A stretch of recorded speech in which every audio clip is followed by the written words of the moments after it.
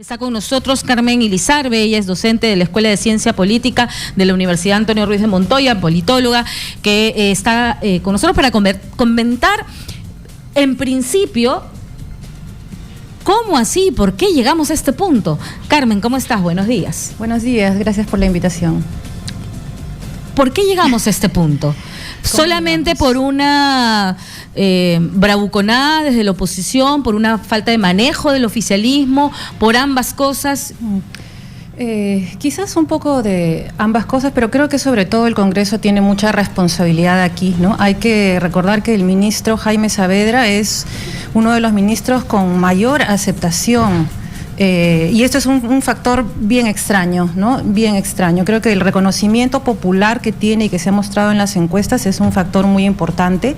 Tan importante es su reconocimiento que durante la campaña electoral, hay que recordar, prácticamente todos los candidatos, incluida Keiko Fujimori, coincidieron en alabar los méritos de su gestión. Entonces es difícil entender cómo en tan pocos meses, porque este gobierno no llega siquiera aún al medio año de gobierno, la opinión de pronto de los políticos cambia tanto. Y yo creo que es fundamentalmente la manera, el canal que han escogido de demostrar la fuerza que tienen en el Congreso, ¿no? Esto es una exhibición de fuerza, ¿es lo que? Creo que sí, creo que es una exhibición de fuerza, además después de una serie de gestos, varios analistas lo han señalado ya, de gestos conciliatorios por parte del Ejecutivo, ¿no? Es decir, por ejemplo, la bancada del gobierno apoyó el nombramiento del defensor del pueblo. De acuerdo. ¿No? No todos, pero... No todos, pero hubo varios y con esos votos se logra esa designación. Y que le costó la primera crítica de unidad a la bancada oficialista incluso. Así es. ¿No? Y así, otros nombramientos, la dirección de la SUNAT, por ejemplo, ¿no? Entonces vemos que el oficialismo ha tenido gestos conciliatorios frente al Parlamento, pero el Parlamento gobernado por mayoría prácticamente absoluta por parte del fujimorismo, más bien está, creo yo, forcejeando ya en términos del ejercicio gubernamental con el Ejecutivo, y creo que eso está mal. ¿Cree entonces que fue un error por parte del Ejecutivo este ánimo conciliador, este ánimo de ceder finalmente? Yo creo que el presidente está... Digamos, ¿pecó de nobleza, para ponerlo en términos simples? Yo no sé si se peca de nobleza, ¿no? Creo que el presidente tiene una estrategia que consiste en apelar hasta el final a la razonabilidad de la oposición en el Congreso, consiste en pedirles reflexión, en pedirles a ellos también un gesto que apoye la gobernabilidad del país, porque ciertamente hay temas mucho más importantes que aquel por el que va a ser censurado el ministro hoy en día, ¿no? En el último mensaje, Pedro Pablo Kuczynski, creo yo, lo que busca, que es algo que además hemos sostenido en este programa, es trasladar esta factura en términos de opinión pública única y exclusivamente al fujimorismo. El punto es si el respaldo hacia el oficialismo, hacia el Ejecutivo, es el suficiente como para pasarle la factura a la oposición, porque también el respaldo o la simpatía popular hacia Pedro Pablo Kuczynski, más que por convicción, es por oposición, ¿no? Sí, hay que recordar que el presidente, digamos, no tuvo mucho apoyo popular en la segunda vuelta, digamos, él finalmente gana las elecciones justamente porque lo que sí hay es un ánimo y una conciencia, creo yo, en la población, entre la ciudadanía, de que no debemos volver a los tiempos en los que el poder estaba concentrado absolutamente. Y el fujimorismo pues tiene un gobierno en el que en el año 92 cerró el Congreso y concentró absolutamente todos los poderes en las manos de Alberto Fujimori, ¿no es cierto? A pesar de tener una representación muy importante, y también debido al sistema electoral nuestro, a las particularidades de nuestro sistema electoral, finalmente la ciudadanía no quiso darle también el Ejecutivo, y creo que el Congreso tiene que entender y tiene que reflexionar sobre ese mandato. Por ende, en términos políticos, gobernar, por eso, ¿no? Por ende, en términos de estrategia política, creo yo, no sé si coincides conmigo, que el fujimorismo se está equivocando, porque esta actitud está haciendo justamente voltear a mirar el pasado, que es lo que ellos no quieren o no les conviene, digamos, de alguna manera. Sí, creo que estratégicamente a ellos les es problemático porque nos ha hecho recordar a todos, ¿no? Los afanes autoritarios, las prácticas autoritarias del fujimorismo, y de cierta forma las vemos poco ahora desde el Congreso, donde la mayoría se impone en una interpelación que es realmente vergonzosa. Nosotros hemos visto, ¿no?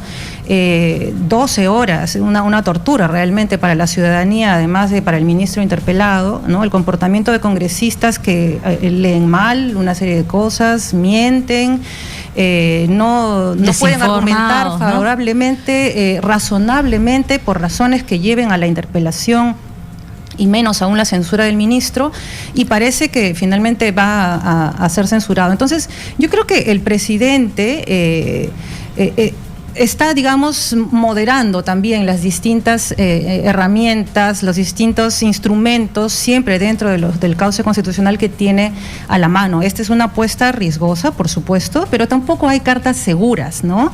Creo que es importante también la movilización del día lunes. Fue una marcha muy concurrida, muy fuerte. Creo que el presidente tiene que encontrar mejores maneras de conectar también con la ciudadanía y con la población, que finalmente lo eligió él para que gobierne, ¿no? Ahora, en ese sentido, ¿para ti es acertado que no haya pedido la cuestión de confianza al presidente?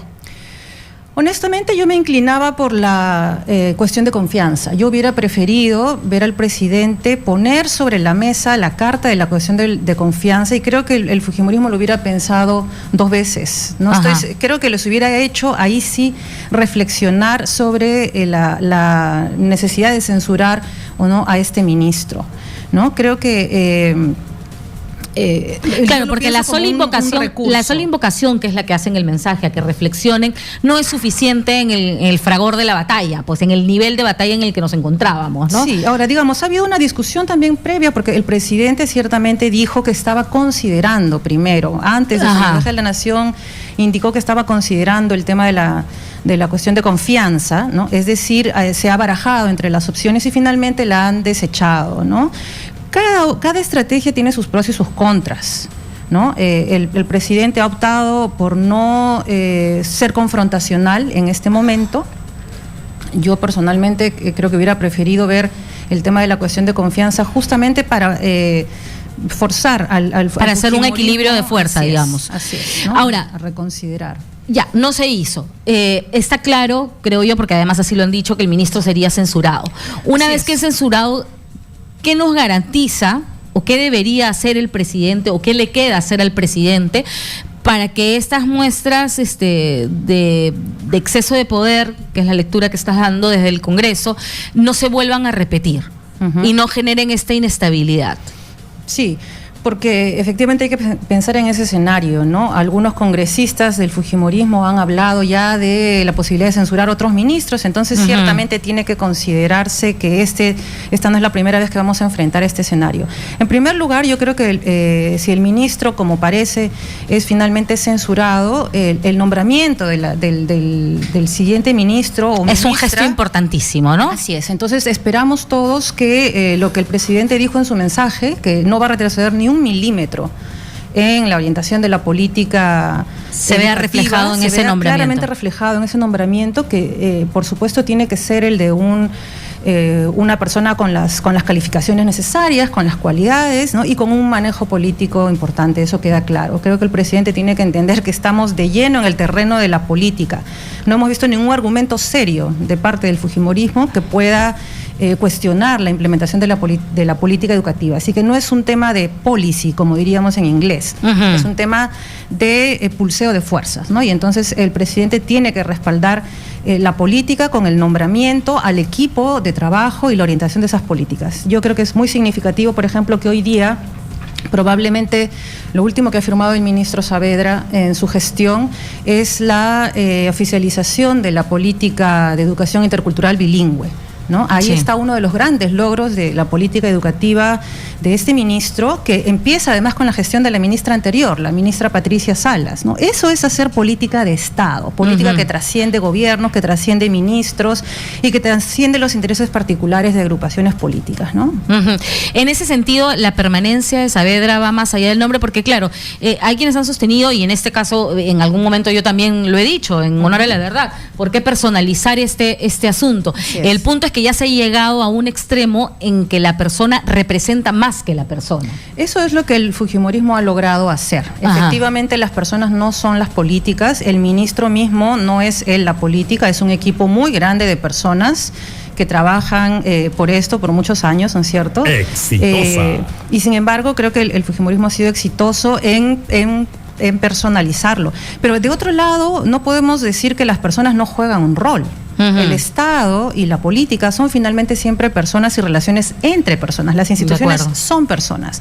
Y estamos hablando de un profesional exitoso, reconocido. Nadie cuestiona sus calificaciones, nadie cuestiona tampoco su desempeño como ministro. Nadie está diciendo siquiera que él se ha enriquecido o él directamente está implicado en malos manejos. Entonces, ¿por qué una persona con estas calificaciones y con una gestión excelente tiene que pasar por una cosa como esta? Ahora, siempre se ha hablado de la falta de expertise política del gabinete Zavala, ¿no? Que son muy buenos técnicos, pero quizás no tanto manejo, no hay tanto manejo político. Sin embargo, lo que ha evidenciado también esta crisis es la debilidad, algo que ya se venía conversando, pero creo que ahora ha quedado absolutamente demostrado, la debilidad de la bancada oficialista, ¿no? Porque digamos, eso viene desde efectivamente las fricciones, las divisiones en la elección, por ejemplo, del Defensor del Pueblo, pero luego tienes la filtración de un WhatsApp, que culmina además con la separación de uno de los congresistas del oficialismo,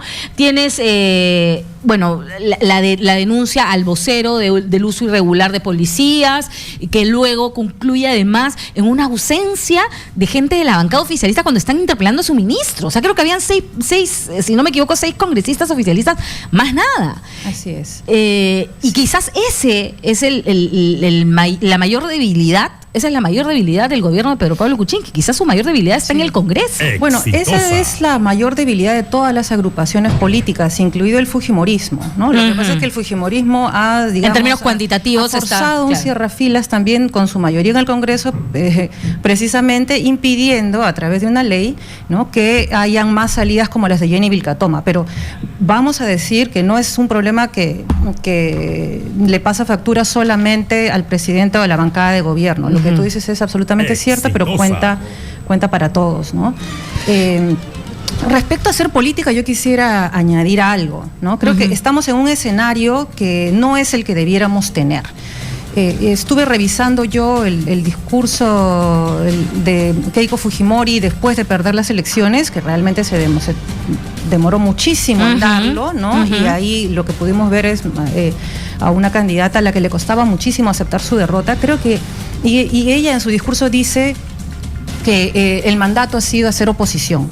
Ese no es el mandato. El mandato de ir al Congreso es representar a la ciudadanía, representar los bienes, el bien público. Ese es el mandato que no está cumpliendo, creo yo, claramente el Congreso en este momento. No es tampoco impedir gobernar al Ejecutivo, ¿no es cierto? La función del Ejecutivo es gobernar, la función del Legislativo es legislar y tratar de representar en los mejores términos posibles a la ciudadanía. Eso no lo estamos viendo. Y en democracia los poderes no solamente hacen contrapeso, hacen balances, se fiscalizan y se miran unos a los otros, también tienen que apoyarse para promover el desarrollo en conjunto del país. Entonces, no se supone que el Congreso es la oposición del Ejecutivo. Esa no es su función. Hay un gravísimo error ahí de apreciación en el fujimorismo. Bien, Carmen, muchísimas gracias por estar esta mañana con nosotros. Ha sido Carmen Ilizarbe, docente de la Escuela de Ciencias Políticas de la Universidad Antonio Ruiz de Montoña. Gracias por estar con nosotros esta mañana.